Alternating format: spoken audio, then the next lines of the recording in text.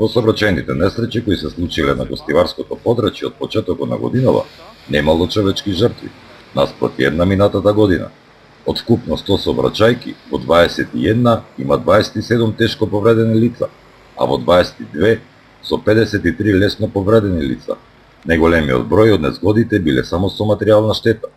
Најчеста причина за несреќите е неприлагодената брзина, неправилно вршене дејствие, недржање на страна.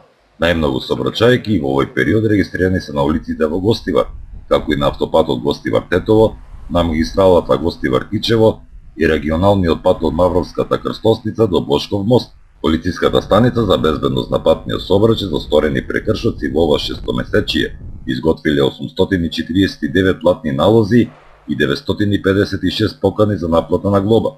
Поради констатираните пропусти и недостатоци од сообраќај се исклучени 304 возачи кои управувале под дејство на алкохол или без возачка дозвола, како и 193 возила заради техничка неисправност.